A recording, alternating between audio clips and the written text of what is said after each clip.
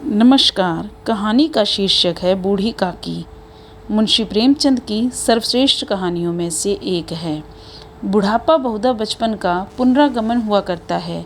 बूढ़ी काकी में जीवा स्वाद के सिवा और कोई चेष्टा शेष न थी और न अपने कष्टों की ओर आकर्षित करने का रोने के अतिरिक्त कोई दूसरा सहारा ही।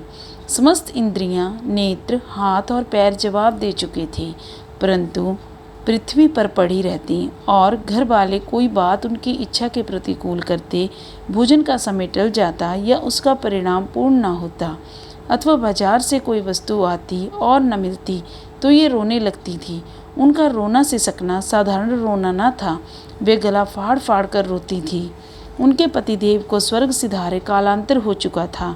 बेटे तरुण हो होकर चल बसे थे। अब एक भतीजे के अलावा और कोई न था। उसी भतीजे के नाम उन्होंने अपनी सारी संपत्ति लिख दी। भतीजे ने सारी संपत्ति लिखाते समय खूब लंबे चौड़े वादे किए, किंतु वे सब वादे केवल कुली डिपो के दलालों के दिखाए हुए सब्ज बाग थे। यद्यपि उस संपत्ति की वार्षिक आय 150-200 रुपये से कम न थी, तथापि बूढ़ी काकी को पेट भर भोजन भी कठिनाई से मिलता था। इसमें उनके भतीजे पंडित बुद्धिराम का अपराध था अथवा उनकी अर्धांगिनी श्रीमती रूपा का। इसका निर्णय करना सहज नहीं। बुद्धिराम स्वभाव के सज्जन थे, किंतु उसी समय तक जब तक कि उनके कोष पर आँच न आए। रूपा स्वभाव से तीव्र थी सही, पर ईश्वर से डरती थी, अतः बूढ़ी काकी को उसकी तीव्रता उतनी न खलती थी जितनी बुद्धिराम की भलमनसाहत। बुद्धिराम को कभी कभी अपने अत्याचार का खेद होता था। विचारते कि इसी संपत्ति के कारण मैं इस समय भलमानुष बना बैठा हूँ। यदि भौतिक आश्वासन और सुखी सहानुभूति से स्थिति में सुधार हो सकता, उन्हें कदाचित कोई आपत्ति न होती, परंतु विशेष व्यय का भय उनकी सुचेष्टा को दबाए रखता था। यहाँ तक कि यदि द्वार पर कोई भला आदमी बैठा होता और बूढ़ी काकी उस समय अपना राग अलापने लगती तो वह आग हो जाते और घर में आकर उन्हें जोर से डांटते। लड़कों को बुढ़ों से स्वाभाविक विद्वेष होता ही है, और फिर जब माता पिता का यह रंग देखते तो वे बूढ़ी काकी को और सताया करते। कोई चुटकी काट कर भागता, कोई इन पर पानी की कुल्ली कर देता। काकी चीख मार कर रोती, परंतु यह बात प्रसिद्ध थी कि वह केवल खाने के लिए ही रोती हैं, अतएव उनके संताप और आर्तनाद पर कोई ध्यान नहीं देता था। हाँ, काकी क्रोधातुर होकर बच्चों को गालियां देने लगती तो रूपा घटनास्थल पर आ पहुंचती। इस भय से काकी अपनी जिह्वा कृपाण का कदाचित ही प्रयोग करती थी। यद्यपि उपद्रव शांति का यह उपाय रोने से कहीं अधिक उपयुक्त था। संपूर्ण परिवार में यदि काकी से किसी को अनुराग था तो वह बुद्धिराम की छोटी लड़की लाडली थी। लाडली अपने दोनों भाइयों के भय से अपने हिस्से की मिठाई चवैना बूढ़ी काकी के पास बैठकर खाया करती थी। यही उसका रक्षागार था, और यद्यपि काकी की शरण उनकी लोलुपता के कारण बहुत महंगी पड़ती थी, तथापि भाइयों के अन्याय से सुरक्षा कहीं सुलभ थी तो बस यहीं। इसी स्वार्थानुकूलता ने उन दोनों में सहानुभूति का आरोपण कर दिया था। रात का समय था। बुद्धिराम के द्वार पर शहनाई बज रही थी और गांव के बच्चों का झुंड विस्मयपूर्ण नेत्रों से गाने का रसास्वादन कर रहा था। चारपाइयों पर मेहमान विश्राम करते हुए नाइयों से मुक्कियां लगवा रहे थे। समीप कड़ा भाट बिरदावली सुना रहा था और कुछ भावज्ञ मेहमानों की वाह वाह पर ऐसा खुश हो रहा था मानो इस वाह वाह का यथार्थ में वही अधिकारी है। दो एक अंग्रेजी पढ़े हुए नवयुवक इन व्यवहारों से उदासीन थे। वे इस गंवार मंडली में बोलना अथवा सम्मिलित होना अपनी प्रतिष्ठा के प्रतिकूल समझते थे। आज बुद्धिराम के बड़े लड़के मुखराम का तिलक आया है, यह उसी का उत्सव है।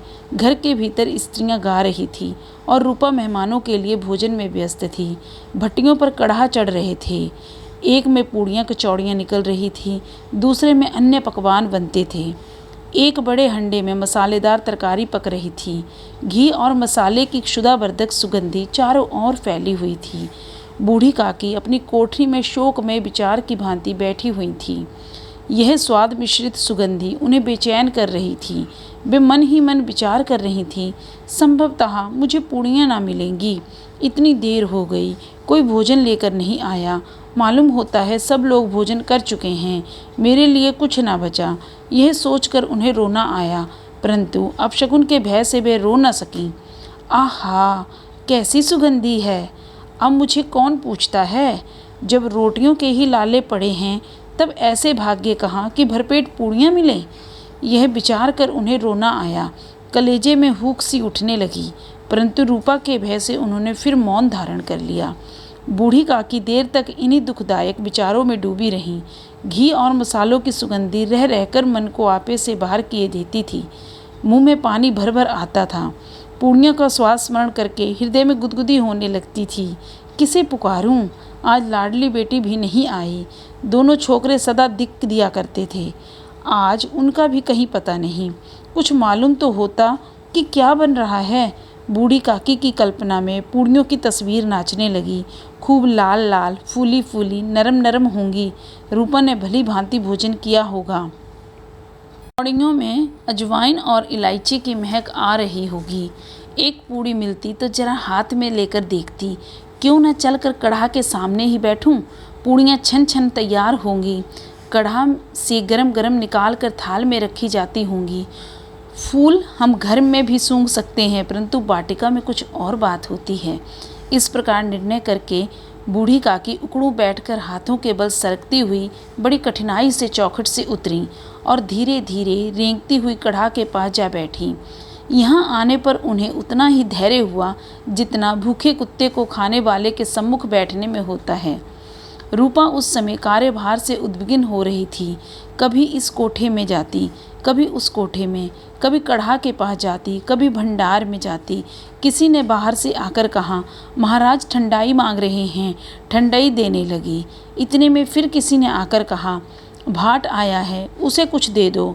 भाट के लिए सीधा निकाल रही थी कि एक तीसरे आदमी ने आकर पूछा, अभी भोजन तैयार होने में कितना विलंब है? जरा ढोल में जीरा उतार दो। बेचारी अकेली स्त्री दौड़ते दौड़ते व्याकुल हो रही थी, झुंझलाती थी, कुटती थी, परंतु क्रोध प्रकट करने का अवसर न पाती थी। भय होता कहीं पड़ोसी ने यह न कहने लगे कि इतने में उबल पड़ी। प्यास से स्वयं कंठ सूख रहा था, गर्मी के मारे फूंकी जाती थी, परंतु इतना अवकाश न था कि जरा पानी पी ले अथवा पंखा लेकर झले। यह भी खटका था कि जरा आँख हटी और चीज़ों की लूट मची। इस अवस्था में उसने बूढ़ी काकी को कढ़ा के पास बैठी देखा तो जल गई। क्रोध न रुक सका। इसका भी ध्यान न रहा कि पड़ोसी ने बैठी हुई हैं, मन में क्या कहेंगी, पुरुषों में लोग सुनेंगे तो क्या कहेंगे। जिस प्रकार मेंढक केंचुए पर झपटता है, उसी प्रकार वह बूढ़ी काकी पर झपटी और उन्हें दोनों हाथों से झटक कर बोली, ऐसे पेट में आग लगे। पेट है या भाड़? कोठरी में बैठते हुए क्या दम घुटता था?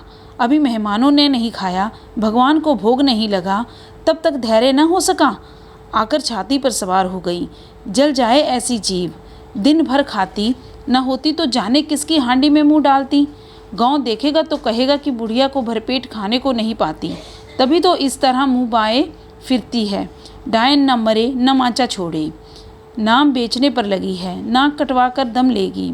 इतना ठूंसती है, न जाने कहाँ भस्म हो जाता है। भला चाहती हो तो जाकर कोठरी में बैठो, जब घर के लोग खाने लगेंगे तब तुम्हें भी मिलेगा।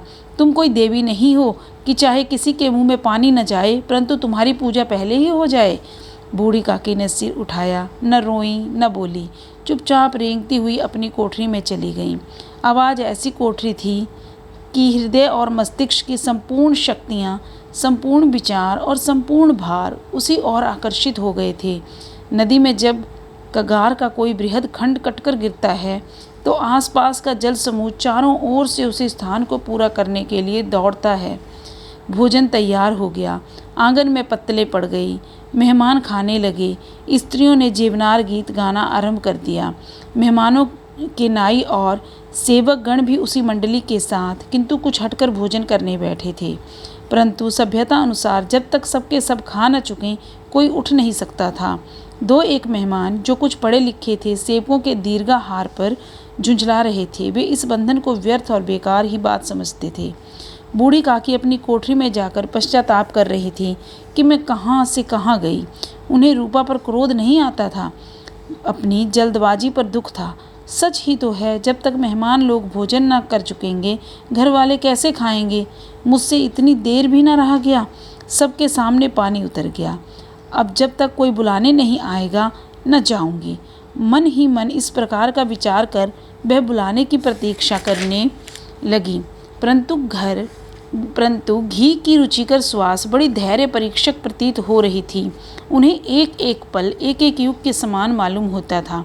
अब पत्तल बिछ गई होंगी, अब मेहमान आ गए होंगे, लोग हाथ पैर धो रहे हैं, नाई पानी दे रहा है, मालूम होता है लोग खाने बैठ गए, जेवनार गाया जा रहा है। यह विचार कर फिर वह मन को बहलाने के लिए लेट गई। धीरे धीरे एक गीत गुनगुनाने लगी। उन्हें मालूम हुआ कि मुझे गाते देर हो गई। क्या इतनी देर तक लोग भोजन कर ही रहे होंगे? किसी की आवाज़ सुनाई नहीं देती। अवश्य ही लोग खा पी कर चले गए। मुझे कोई बुलाने नहीं आया। रूपा चिढ़ गई है, क्या जाने ना बुलाए। सोचती हो कि आप ही आ जावेंगी। वह कोई मेहमान तो नहीं जो उन्हें बुलाऊं। बूढ़ी काकी चलने को तैयार हुई, यह विश्वास कि 1 मिनट में पूड़ियाँ और मसालेदार तरकारियाँ सामने आएंगी उनके स्वादेंद्रियों को गुदगुदाने लगा। उन्होंने मन में तरह तरह के मंसूबे बांधे। पहले तरकारी से पूड़ियाँ खाऊंगी, फिर दही और शक्कर से। कचौरियाँ रायते के साथ मज़ेदार मालूम होंगी। चाहे कोई बुरा माने चाहे भला, मैं तो मांग मांग कर खाऊंगी। यही ना, लोग कहेंगे कि इन्हें विचार नहीं। कहा करें, इतने दिन के बाद पूड़ियाँ मिल रही हैं तो मुँह जूठा करके थोड़े ही उठ जाऊंगी। वह उकड़ू बैठकर सरकते हुए आंगन में आई, परंतु हाय दुर्भाग्य, अभिलाषा ने अपने पुराने स्वभाव के अनुसार समय की मिथ्या कल्पना की थी। मेहमान मंडली अभी बैठी हुई थी। कोई खाकर उंगलियां चाटता था, कोई तिरछे नेत्रों से देखता था कि और लोग अभी खा रहे हैं या नहीं। कोई इस चिंता में था कि पत्तल पर पूड़ियाँ छूटी जाती हैं, किसी तरह इन्हें भीतर रख लेता। कोई दही खाकर चटकारता था, परंतु दूसरा दोना मांगते संकोच करता था कि इतने में बूढ़ी काकी रेंगती हुई उनके बीच में आ पहुंची। कई आदमी चौंक कर उठ खड़े हुए, पुकारने लगे, अरे ये बुढ़िया कौन है? ये यहाँ कहाँ से आ गई? देखो, किसी को छू न दे। पंडित बुद्धिराम काकी को देखते ही क्रोध से तिलमिला गए।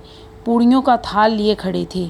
थाल को जमीन पर पटक दिया और जिस प्रकार निर्दयी महाजन अपने किसी बेईमान और भगोड़े कर्जदार को देखते ही उसका टेंटुआ पकड़ लेता है, उसी तरह लपक कर उन्होंने काकी के दोनों हाथ पकड़े और घसीटते हुए लाकर उन्हें अंधेरी कोठरी में धम से पटक दिया। आशा रूपी बटिका लू के एक झोंके में विनष्ट हो गई।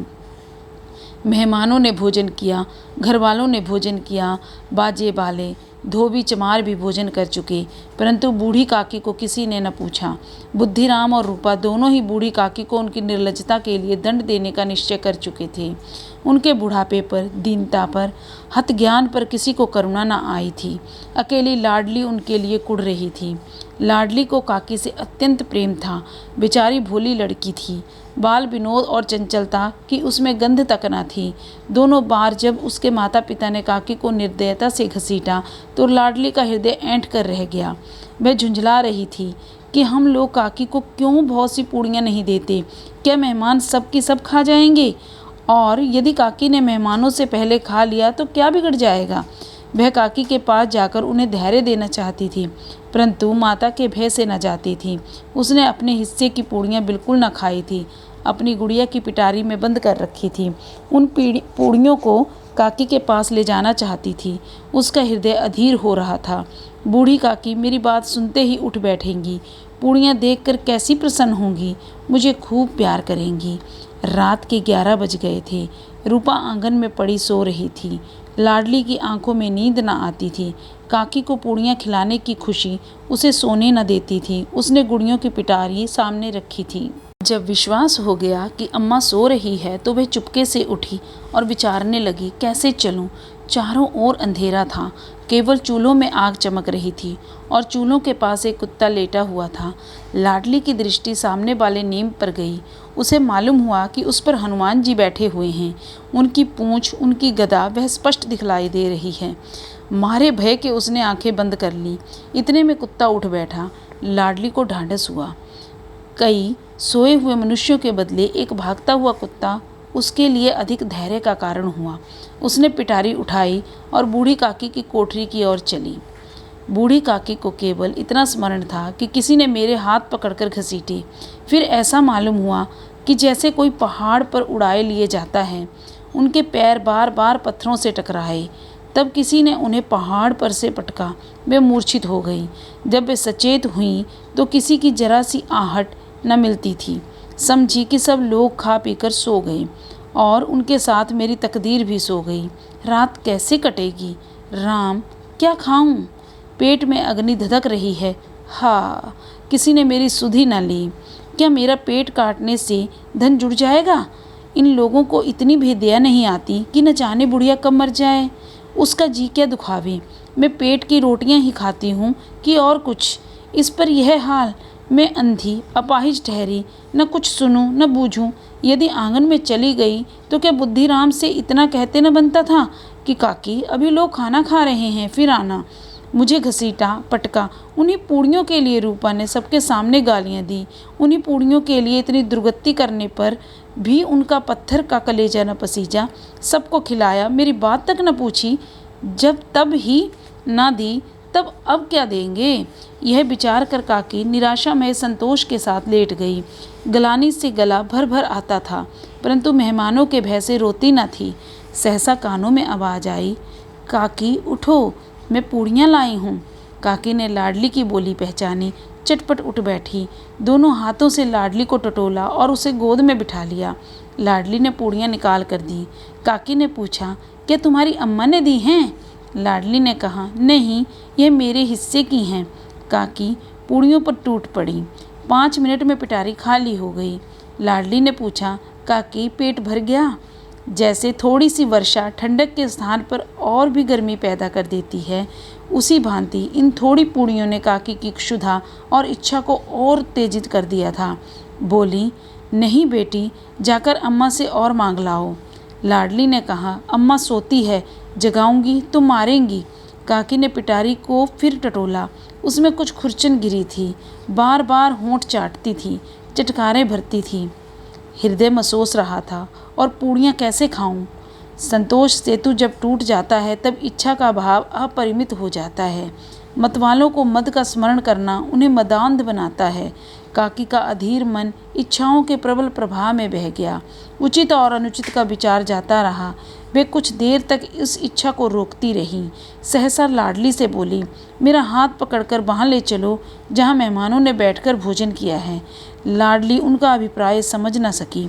उसने काकी का हाथ पकड़ा और ले जाकर जूठे पत्तलों के पास बिठा दिया।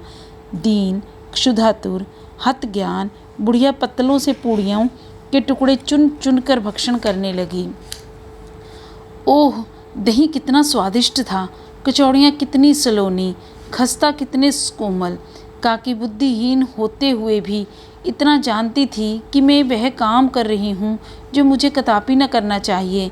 मैं दूसरों की जूठी पत्तल चाट रही हूँ, परंतु बुढ़ापा तृष्णा रोग का अंतिम समय है, जब संपूर्ण इच्छाएं एक ही केंद्र पर आ लगती हैं। बूढ़ी काकी में यह केंद्र उनकी स्वादेंद्रियाँ थीं। ठीक उसी समय रूपा की आंख खुली। उसे मालूम हुआ कि लाडली मेरे पास नहीं है। वह चौंकी, चारपाई के इधर उधर ताकने लगी कि कहीं नीचे तो नहीं गिर पड़ी। उसे वहाँ न पाकर वह उठी तो क्या देखती है कि लाडली जूठी पत्तलों के पास चुपचाप खड़ी है और बूढ़ी काकी पत्तलों पर से पूड़ियों के टुकड़े उठा उठा कर खा रही है। रूपा का हृदय सन्न हो गया। किसी गाय की गर्दन पर छुरी चलते देखकर जो अवस्था उसकी होती वही उस समय हुई। एक ब्राह्मणी दूसरों की जूठी पत्तल टटोले, इससे अधिक शोकमय दृश्य असंभव था।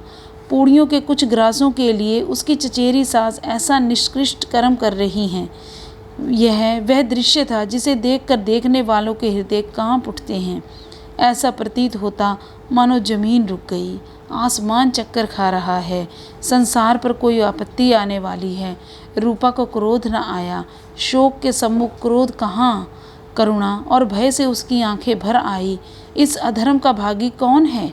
उसने सच्चे हृदय से गगनमंडल की ओर हाथ उठाकर कहा, परमात्मा, मेरे बच्चों पर दया करो। इस अधर्म का दंड मुझे मत दो, नहीं तो मेरा सत्यानाश हो जाएगा। रूपा को अपनी स्वार्थपरता और अन्याय इस प्रकार प्रत्यक्ष रूप से कभी न दिख पड़े थे। वह सोचने लगी, हाय कितनी निर्दयी हूँ। जिसकी संपत्ति से मुझे 200 रुपया आय हो रही है, उसकी यह दुर्गति और मेरे कारण। हे दयामय भगवान, मुझसे बड़ी भारी चूक हुई है, मुझे क्षमा करो। आज मेरे बेटे का तिलक था, सैकड़ों मनुष्यों ने भोजन पाया, मैं उनके इशारों की दासी बनी रही, अपने नाम के लिए सैकड़ों रुपए व्यय कर दिए, परंतु जिसकी बदौलत हजारों रुपए खाए, उसे इस उत्सव में भी भरपेट भोजन न दे सकी। केवल इसी कारण तो वह वृद्धा असहाय है। रूपा ने दिया जलाया, अपने भंडार का द्वार खोला और एक थाली में संपूर्ण सामग्रियां सजाकर बूढ़ी काकी की ओर चली। आधी रात जा चुकी थी, आकाश पर तारों के थाल सजे हुए थे और उन पर बैठे हुए देवगण स्वर्गीय पदार्थ सजा रहे थे, परंतु उसमें किसी को वह परम आनंद प्राप्त न हो सकता था जो बूढ़ी काकी को अपने सम्मुख थाल देखकर प्राप्त हुआ। रूपा ने कंठ रुद्ध स्वर में कहा, काकी उठो, भोजन कर लो, मुझसे आज बड़ी भूल हो गई, उसका बुरा न मानना। परमात्मा से प्रार्थना कर दो कि वे मेरा अपराध क्षमा कर दें। भोले भाले बच्चों की भांति जो मिठाइयाँ पाकर मार और तिरस्कार सब भूल जाता है, बूढ़ी काकी वैसे ही सब भुलाकर बैठी हुई खाना खा रही थी। उनके एक एक रोए से सच्ची सदिच्छाएं निकल रही थीं और रूपा बैठी स्वर्गीय दृश्य का आनंद लेने में निमग्न थी।